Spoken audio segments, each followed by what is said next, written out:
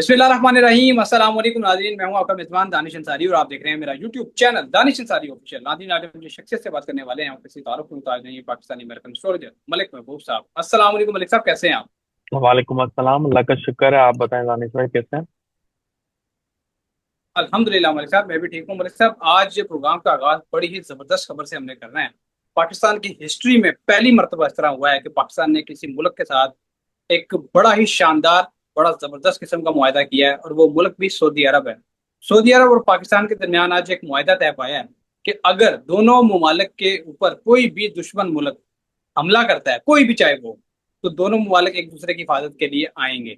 और कतर पे हमले के बाद सऊदी अरब को ये खौफ भी है, और वो इसके लिए अपने आप को ज़हनी तौर पे भी और वैसे भी अपने आप को तैयार कर रहा है कि अगर अगला निशाना इन्हें बनाया जाता है तो उस सूरत में हमने क्या प्लानिंग करनी है। तो सऊदी अरब ने बड़ा ही शानदार जो है वो एक प्लान बनाया, और उस प्लान के तहत पाकिस्तान को एतमाद में लिया है, और पाकिस्तान के साथ ये मुआहदा किया है कि अगर हम पे अगर हमला होगा तो आपने हमारी मदद को आना है। और ये मुआहदा तय पा गया है। पाकिस्तान ने इसके बदले सऊदी अरब से क्या मांगा है ये अल्लाह बेहतर जाने, लेकिन फिलहाल तो ये खबर सामने आई है। और पाकिस्तान वाहिद ऐसा एटॉमिक पावर है इस्लामी दुनिया की कि जो सऊदी अरब की हमेशा से सपोर्ट भी करता आया है। आप क्या देख रहे हैं इस मुआहदे के बाद सऊदी अरब और जो हमारा दुश्मन मुल्क है उसके मामलात किस तरफ जा रहे हैं? क्या अब भी दुश्मन मैली आंख से सऊदी अरब की तरफ खुदा ना खास्ता देखेगा? दानिश भाई, इसका रेफरेंस मैं आपको अपने पुराने वीलॉग का देना चाहता हूँ, और मेरी रिक्वेस्ट है कि आप उस वीलॉग को ढूंढें। क्योंकि काफी लोग जो हैं, मैंने देखा है वीडियो के कमेंट में क्रिटिसाइज करते हैं। खैर, मुझे उससे कोई गर्ज नहीं है। वो करें, क्योंकि इट्स अ पार्ट। ये हर कोई आपको एक्सेप्ट नहीं करता, तो इट्स ओके। लेकिन मेरा सिर्फ ये है कि आप उस जगह क्रिटिसाइज करें जहां बनता है। बिला वजह क्रिटिसाइज ना करें। और एस्ट्रोलॉजी एक साइंस है, उसको साइंस की तरह देखें। आप आप बोलते हैं कि अगर मैं कोई आपको कैलकुलेशन देता हूं तो वो 100% पूरी होनी चाहिए।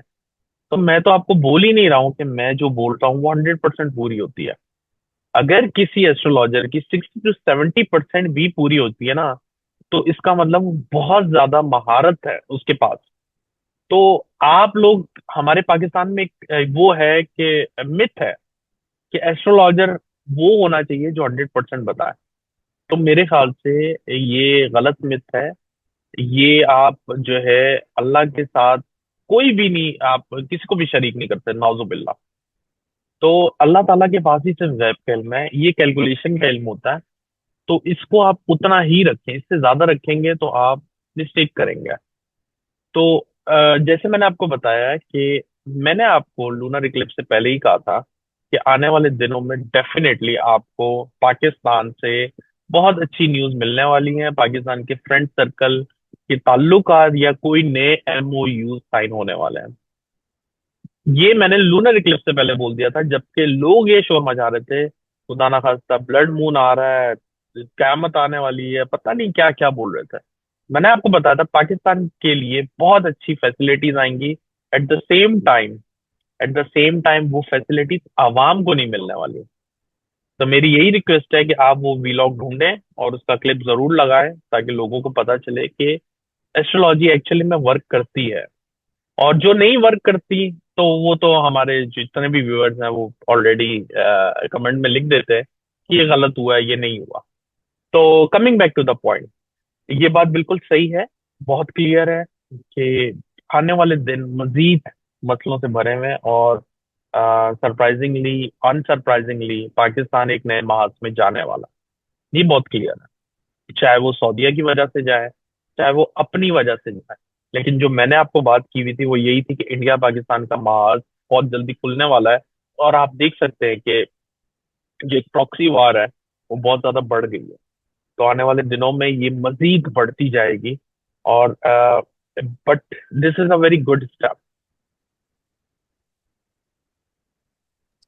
सर, मेरा अगला सवाल भी बड़ा इंपॉर्टेंट है, और वो ये कतर के हवाले से है कि कतर की तरफ से हम ये एक्सपेक्ट कर रहे थे कि जिस तरह उसने तमाम इस्लामी ममालिक को अपने एतमाद में लिया, एक प्लेटफॉर्म पर इकट्ठा किया, एक हिस्टोरिकल काम किया, लेकिन कतर की तरफ से अभी तक कोई जवाब नहीं दिया गया। हालांकि कतर के पास अपने मुल्क के दिफा का हक महफूज है इंटरनेशनल लॉ के मुताबिक, लेकिन कतर की तरफ से अभी तक कोई जवाब नहीं दिया गया।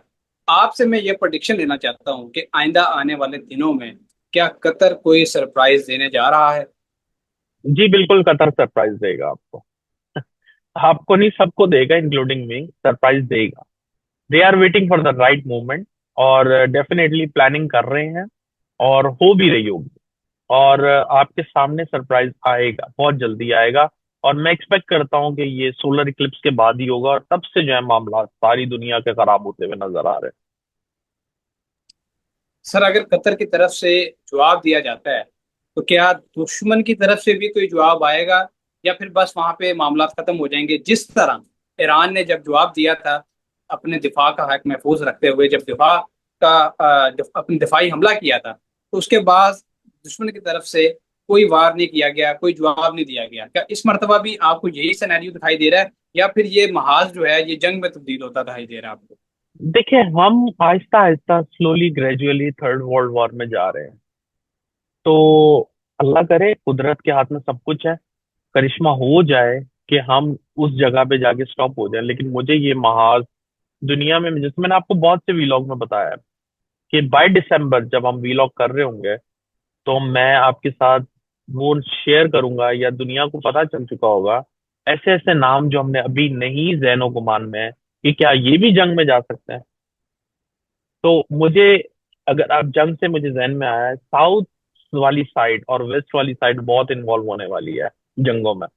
तो इसमें आप जहन में रखिएगा, साउथ और वेस्ट, अब ये जोन जो है बहुत एक्टिव रहेंगे जंगों को लेकर। अब वेस्ट में जैसे हमारा नेपाल पड़ा है, सॉरी अफगानिस्तान है, हमारे नॉर्थ में हमारा नेपाल है, वेस्ट, नॉर्थ और साउथ, ये तीन जोन है बहुत ज्यादा एक्टिव नजर आएंगे आपको। सर, अभी आपने साउथ का जिक्र किया, और साउथ में हम इस वक्त तबाही देख रहे हैं। सिंध का पूरा सूबा जो है वो सैलाब से तबाही की तरफ जा रहा है। इस वक्त 350 देहात ज़ेरे-आब आ चुके हैं, अरबों रुपए की फसलें तबाह हो चुकी हैं। लेकिन मैं जो प्रोडिक्शन आपसे लेना चाह रहा हूँ वो ये है कि सिंध के लोग जो हैं कब वो इस सैलाब की सिचुएशन से बाहर आ जाएंगे, महफूज हो जाएंगे, ऐसे काइंडली ये भी बता दें। जी, उससे पहले मैं आपसे पूछता हूँ, जब आपने मुझे बोला था सर हमारे पास एक 11वां स्पेल आने वाला है, और आपने मुझसे पूछा था कि सर आपको क्या लगता है कि ये वापस तबाही मचाएगा, तो मैंने आपको क्या बोला था कि मुझे नहीं लगता, वल्लाह आलम। बाकी अल्लाह ताला बेहतर जानता है, कैलकुलेशन के हिसाब से ऐसा नहीं लगता कि अब मजीद तबाही होगी। अलबत्ता साउथ में भी तबाही बाकी रहती है, इसमें कोई दो राय नहीं है। साउथ में अब जो है जोन नॉर्थ अगर बैलेंस होगा थोड़ा बहुत, तो साउथ में डिस्टर्बेंस होने वाली है, और बल्कि हो रही है। बिल्कुल सर, ऐसे ही है। आपने मुझे तकरीबन एक हफ्ता पहले ही बता दिया था कि 11वां स्पेल नहीं आएगा, आपको मजीद स्पेल नहीं आएगा। इंटरेस्टिंग बात यह है, महकमा मौसमियात वालों ने प्रोडिक्शन की थी कि फोरकास्ट बताया था कि 11वां स्पेल आ रहा है, लेकिन आज 3 दिन गुजर गए हैं इस प्रोडिक्शन को, और अभी तक बारिश का नामो निशान तक नहीं है पूरे पंजाब में। तो सर, ये तो आपकी प्रोडिक्शन बिल्कुल दुरुस्त है।